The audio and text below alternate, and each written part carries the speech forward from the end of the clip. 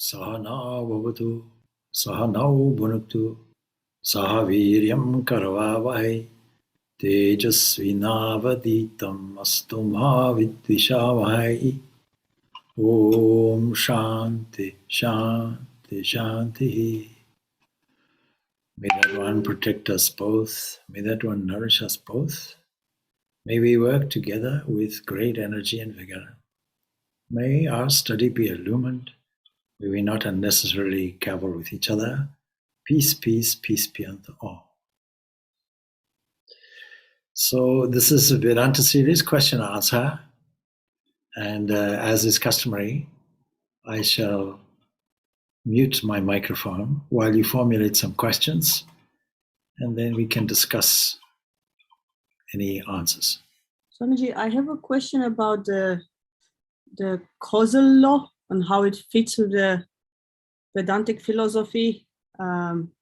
Just trying to get a more structured understanding of karma and the causal law, and not necessarily where it starts, but just how does it fit? How would I explain it to a child or to an adult or even to myself? Yes, okay, thank you for that question. Of course, how you explain it to a child and how you explain it to an adult will be completely different.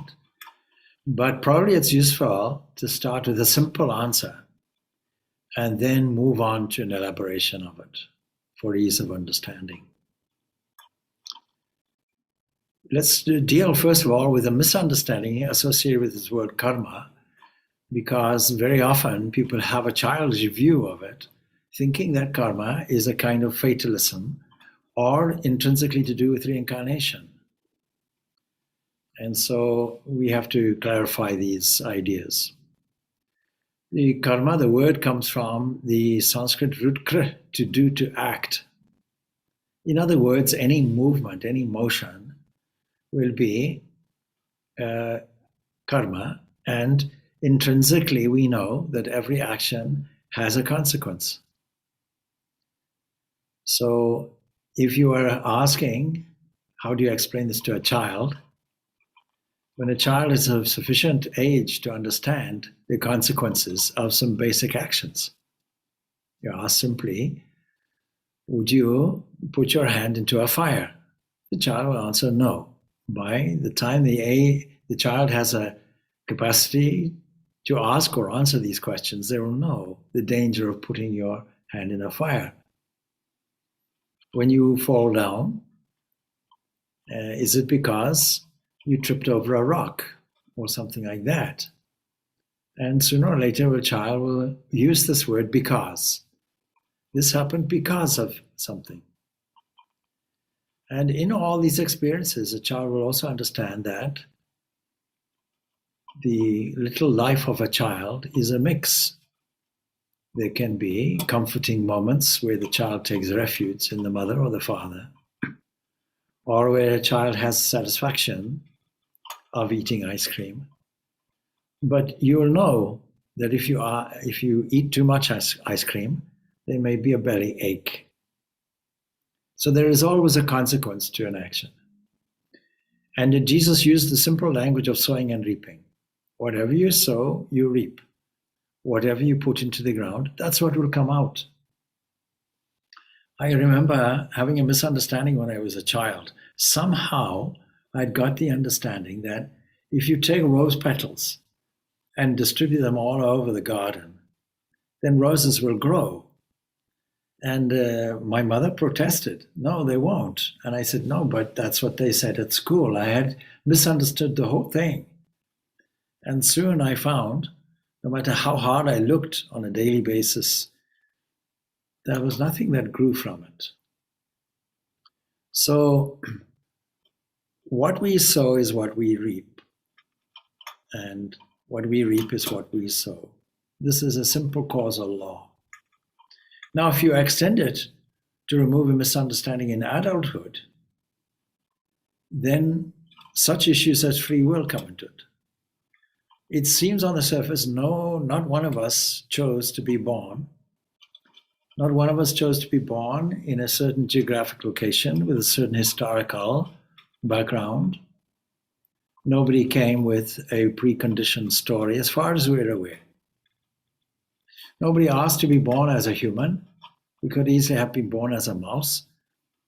But thinkers, deep thinkers, looked into this causal law and thought, if the law of causation is constant, then the minute we are born is as a result of some sowing that went on previously. And this was understood. Even in Christ's day, it was understood. The instance where a blind man, that is a man who is blind from birth, came. So everything that we examine, if we know all the conditions and all the variables, we can trace a law of causation, which means there's a law of determinism, and science itself will stipulate this. That leads then to a radical thing. So the question today is, how does the causal law fit within the Vedanta philosophy? Yes, okay. So I understand that question. Well, let's deal with causality itself. Never mind about Vedanta. So this deterministic view will then challenge something like free will. Now, whether free will exists or not is an academic question. But the fact of the matter is everybody experiences free will, whether it is determined or not. And so it's a pointless philosophical discussion in my view. And the idea of free will, or will of any kind, requires a precondition. Will in its simplest terms, that is, a want to do something, requires a pre-existing material. If I want to move this chair from one location to another, then a pre-existing chair would have to be there. And it was Schopenhauer who had this idea because he was very keen on Eastern philosophy. And he was extremely keen on the idea of the ultimate root cause of things being to do with a supreme will somewhere. But that means then it's not root at all, because there must be some conditioned thing which was there. So the whole question then of karma and action, coming with the idea of sowing and reaping, some causal relationship that results in an effect, is an observable fact. We can see it. We can understand it. How does this fit into the Vedanta philosophy? The Vedanta philosophy has three prongs to it progressively. One prong will say, will accept the duality of the world. I am here, the world is there, and it's something I have to deal with. It's a kind of realistic position that says, regardless of what you have in mind, this world is something objective, and I subjectively have to deal with it. I, on the one side, with various characteristics and capacities and skills and instrumentation, have to deal with the objective universe of people and places and events, people being probably the most troublesome. How to handle people is a great art, is a great science. It arises from the introspective understanding of life in a psychological way. So psychologically, there is the idea that we are an individual with various aspects of the mind, unconscious, conscious, and if we take the mystic variety of it, superconscious mind as well. The yogis thought of it in a superconscious way as well. But then when we look at the world properly and go beyond how do we really deal with it at depth, we have to go a little further than the physical. We have to go a little further from the psychological. And the further we go, or the deeper we go, the more of a unitive experience we have. And the causal law is operating at every moment of a wave. Wherever we see a beginning, a life, a diminishing, we can see the law of causality, but we see it now in a different way because the Sankhya variety of causation says that what we see as an effect is nothing more than the cause, and what we see as a cause is nothing more than effect. That then gives us a whole different concept. Let's take the analogy of an ocean where there are waves on the surface, and the cause of a peak will be a hollow, and the cause of the next hollow will be a peak. But the ocean itself remains the same. And although there's a relationship between the waves that appear as events and people and places, all the things that we normally call life, we can see in a different way that yes, there's a relationship, but fundamentally at depth, it runs much deeper than that. And at the deepest level, we find a unity of existence, only one thing. And that one thing is the ocean itself. Now we have gone from a situation of duality, shifted to a relationship and a co-relationship and a connectedness, and shifted further to a unity of existence. And from each point, the subject of karma will look different. Firstly, when we look at it from the wave's point of view, we will see that there is this sowing and reaping going on. That gives us then a way of exercising our will. It gives us a way then of determining what the next wave should be. That's a very useful thing. Not only useful, but it's essential in handling life efficiently. And then from there, we can go to the connected variety.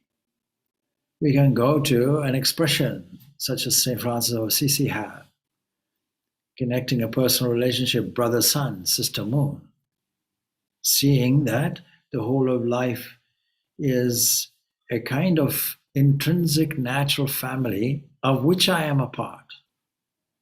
And in that we can find the glory of the divine being expressed. In which case, this causal relationship becomes taken for granted. We see objectively that there's this causal relationship going on in a rhythmic way, in a natural way. But it doesn't mean that we extract ourselves from it and from determining what the next wave should be. We now engage in that more deeply as a kind of game of life. And the whole of our actions settles down on the unconscious mind. In the unconscious area, what we may call subconscious, becomes seen as something like a suction, has a pulling power, a sucking power. It draws us in. And when that happens, we then have every reason to determine how we change the pattern, the sowing pattern, which is there intrinsically in the unconscious mind, what we might call a habit level, until that yields to the experience of oneness. At that point, the whole idea of karma becomes irrelevant, completely irrelevant, other than this, that karma is divided into several groups, past, present, future. We are living in a continuum. This gives rise to the idea of transmigration or reincarnation. Some preceding episodes were there that have arrived at this life today. So going back to the example of Jesus, a man blind from birth.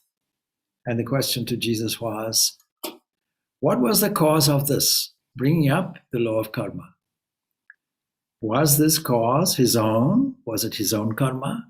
Or was it the karma of his parents? It wasn't phrased like that, of course.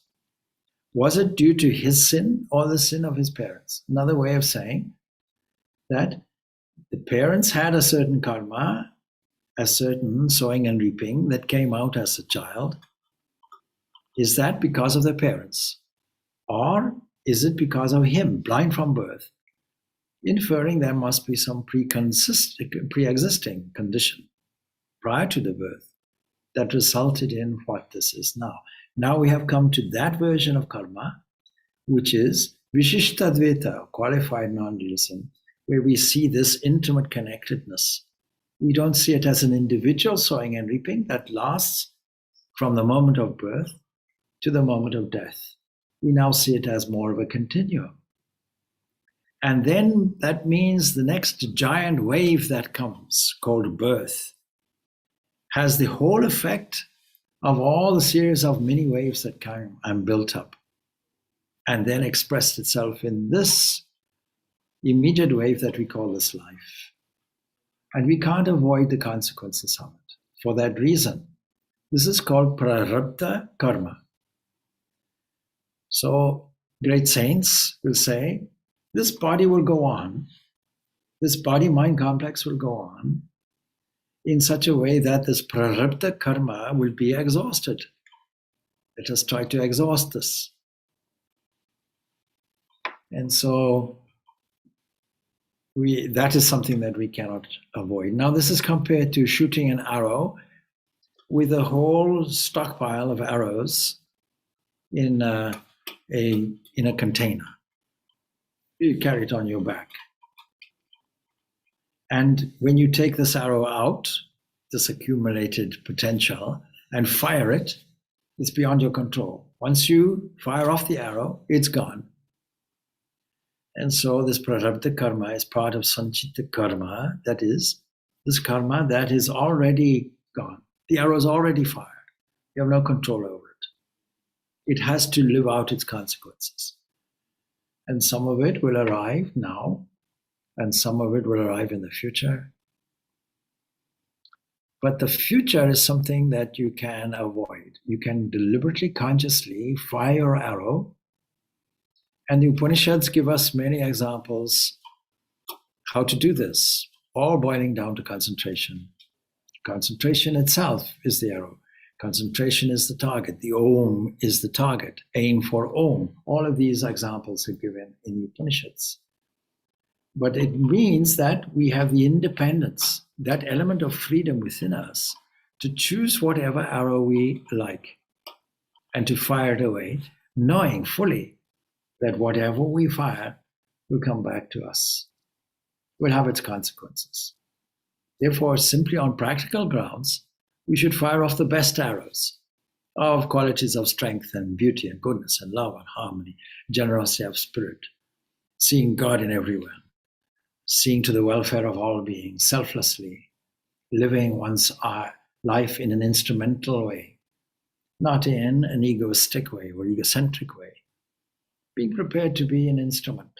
Do with me what you will. I have a sword in your hand. Put it wherever you like. It won't complain.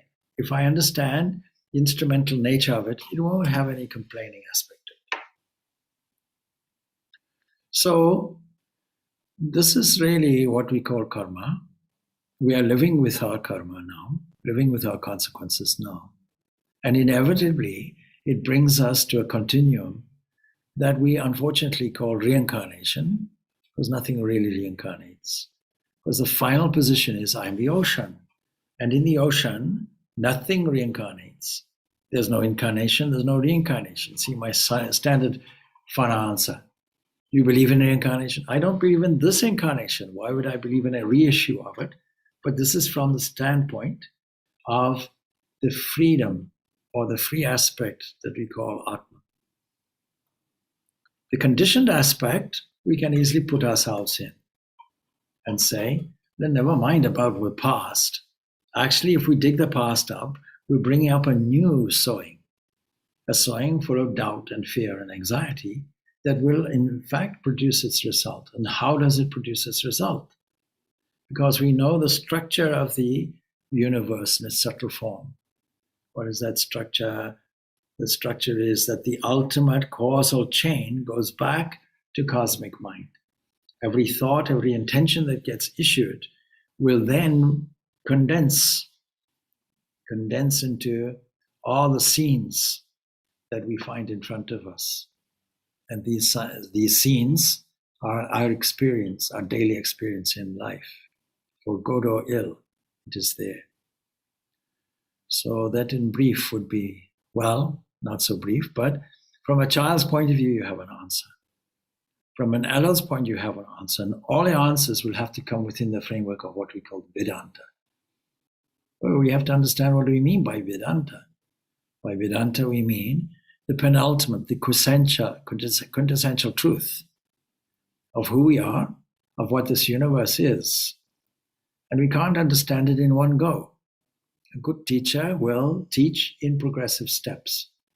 And that gives us then the effect of not disagreeing with anybody. The materialists say only matter exists. You say, if you remove the word only, we can agree. Matter seems to exist. Go a little further. It seems that it is all energy. Yes, it seems that way. But we know energy doesn't arise from anything, because intrinsic to the law of karma is the physical law of conservation. Nothing new is added. The sum total of mass and energy is neither, or matter and energy is never created nor destroyed. And we know from physics that everything comes to one ocean of energy. And the most subtle of that would be potential energy. Potential energy being expressed in different ways. So that's on the one front. Is there something beyond energy? Yes, there is, because many people say, yes, I think God is energy. Well, energy is something that moves, something that shifts, something that changes. When we look for an ultimate, we are not looking for something that shifts and moves and changes. And the law of karma operates within the framework of change, because the characteristic of change is movement. And we know that movement has consequences. Can't avoid it. It's a deterministic principle. All right. Then is there something beyond this energy? Yes. Something that is beyond this energy in its variegated forms is a cosmic entity, from which everything proceeds. It is consciousness expressed in its creative form. And then what is more subtle than that is an equilibrium where nothing happens, a potentiality. And what is more subtle than that will be that one without a second, that doesn't move, that doesn't change, that doesn't manifest, that doesn't express, that seems to do it by using, as it were, generating and using a woven mistake, a woven area where we can misunderstand things, misinterpret things, where things seem to be fragmented. And what we call the world in its subtle form and its most gross form is simply seemingly fragmented Brahman, the seemingly fragmented absolute. It's useful to take all of these approaches. The toughest questions will be answered from the highest conclusions of the Vedanta philosophy. And the highest conclusions say, karma, there's no karma, there's no movement in that absolute area. It only happens below the line, as it were, when being enters into a state of becoming. Then all these questions arise. Time arises, space arises, finite existence arises, causal relations arise, functions arise.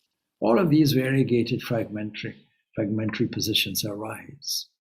But when we draw it all back to that unity of existence, nothing of this arises. Does karma exist from the absolute point of view? No. Does karma exist from the creative potential expressed? Yes. It's a fundamental law, just as the law of time, or the framework of time and space, is part and parcel of this interwoven web, this fabric of existence, as we call it. So we explain to a child, first of all, the moral position. I explained yesterday, the Katha Upanishad lays this out as a fundamental step. But what's the next thing? What is the thing which is different from the moral position? Different from dharma, different from adharma. What is that? What is the thing that transcends time and history and so on? What is that? And then that's described as Om. Now, understanding that, we go on to a more mature spiritual journey. So a child will understand the short-term results of, consequences of, actions framed in reward and punishment. But these are merely short terms. These are simply building a fundamental structure. Building a fence for a child is important. A child will have to have boundaries and know what these boundaries are. Reward and punishment is a very primary motivator for human beings. But then that has to mature. And as it matures, we become self-motivated. We want to do something better. And that is within a new framework, that there are consequences to these actions that go beyond an egocentricity, that go on beyond my own self-interest or my loss, my gain or my loss. And when we start entering into that realm, we start going into more of an interior spiritual life. And then we adopt a willing position. Let me do something of intrinsic value, not only for myself, but all inclusively for everybody. Seeing a unity of existence somewhere, we now break out of the genetic codes, because every animal will want to survive and do actions that will make it survive. Every animal will have its own code of conduct, so to speak, without knowing it, without identifying it in a moral way or ethical way, but simply on the raw basis of existence, survival, raw survival. Let me survive at all costs. Let me replicate at all costs. Let me propagate the species at all costs. And man is different because the natural selection has gone. Natural selection has gone at the stage of man. It now becomes a deliberate conscious selection. I was listening to a certain anthropologist who was mentioning this, because at some point it is a woman, the female of the species, that decides on a selection of the strongest in the species, some entity that has a leadership quality, and formulates an ideal of something like a partner that can replicate more successfully. And so there's a choice. And within that, in the male side of things, a hierarchical choice takes place. They take the one most capable of leading a community. This is different from the animal way of selection, because if our previous biological ancestors may have been monkeys or apes, they're completely indiscriminate about their partnership selection. It is done indiscriminately, and yet there is a hierarchy amongst the group.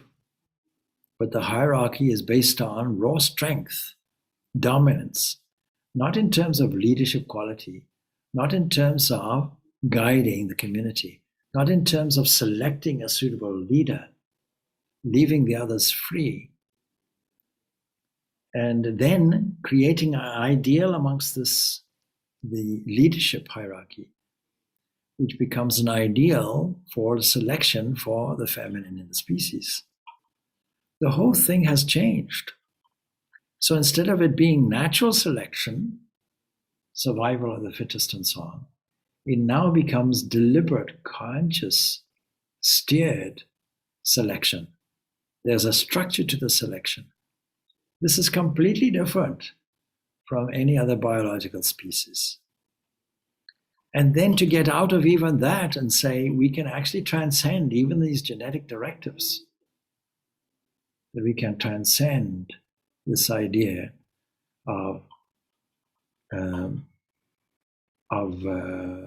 replication of species, struggle, biting, scratching, existence at all costs, even though it's there, of course, intrinsically. But man at its highest will find progressive delight away from the physical and then into the cultural and the educational and the investigative, heightening the sense of curiosity in the realms of art and science and expression, until we finally get into a culmination where we explore the internal dimension of ourselves, the spiritual dimension of ourselves. And then that also becomes expressive. It becomes now an expression that is to do with the welfare of all beings. away from mere genetic welfare. Genetic love is easy. Genetic love every animal practices. But a universal love, a kind of philanthropy which has no element of selfishness within it, that is unique.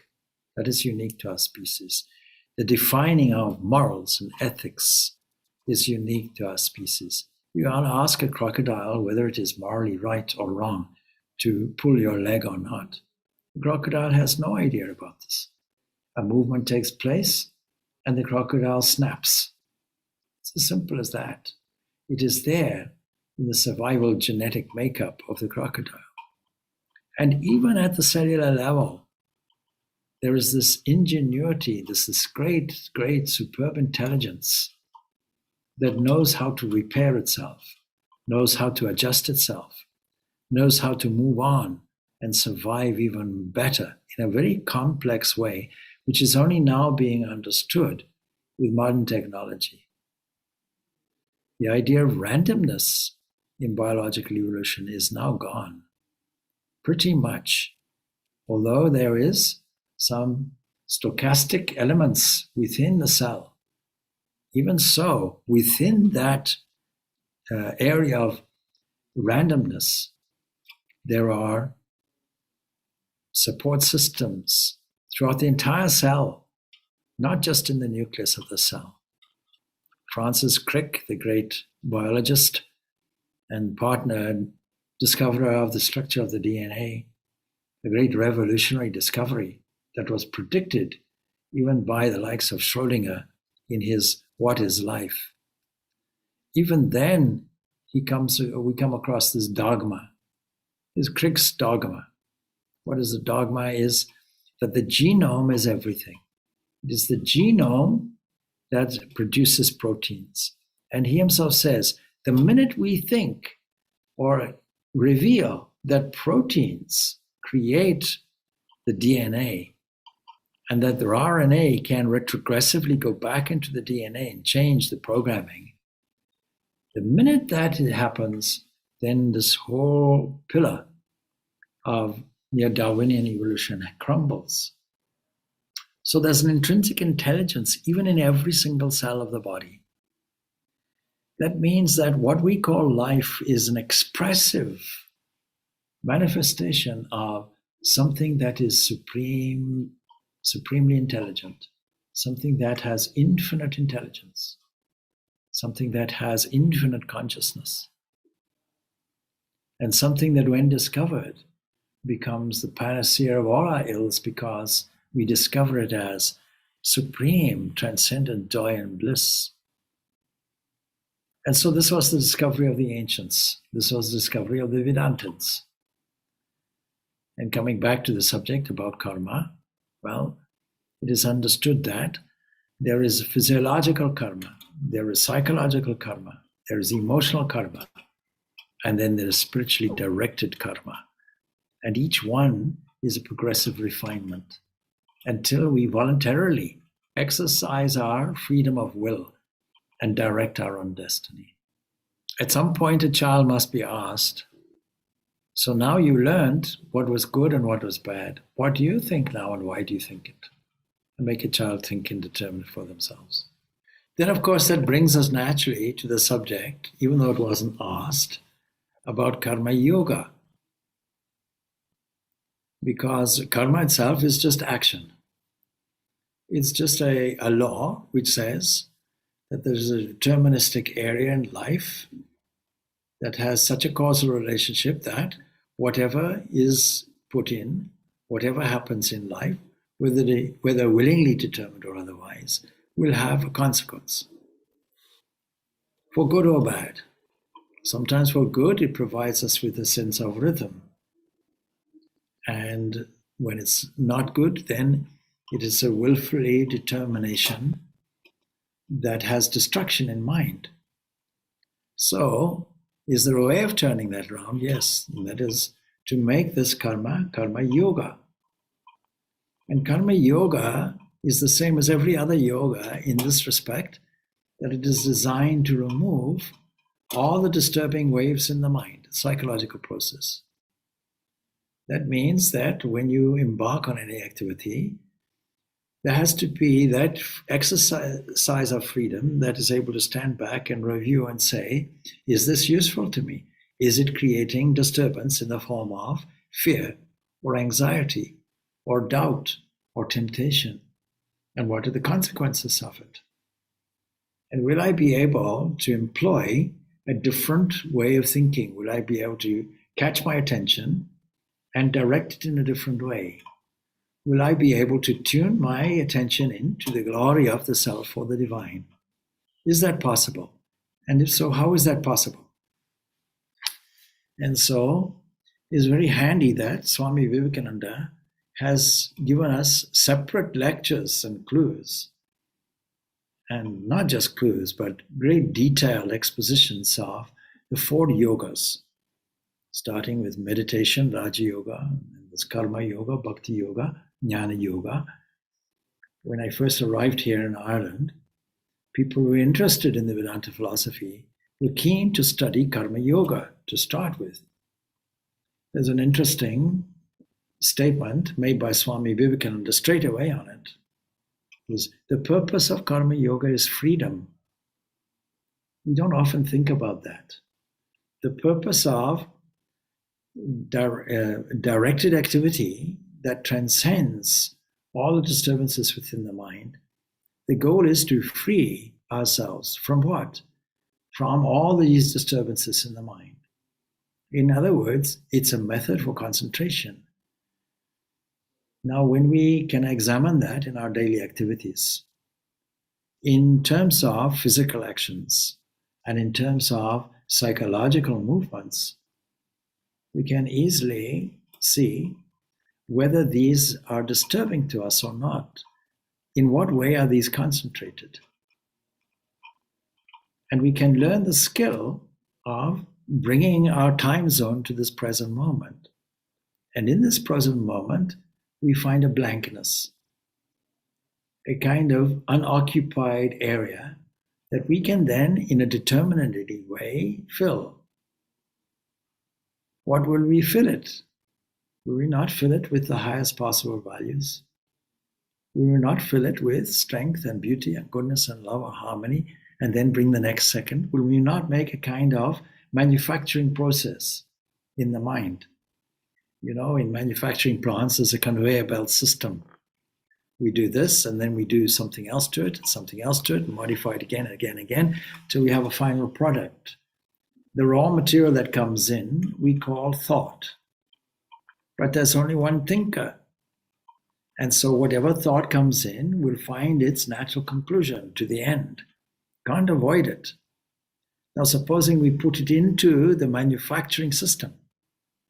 Supposing we put it on the conveyor belt that leads us to transformation 1, transformation 2, 3, 4, 5, 6, end product.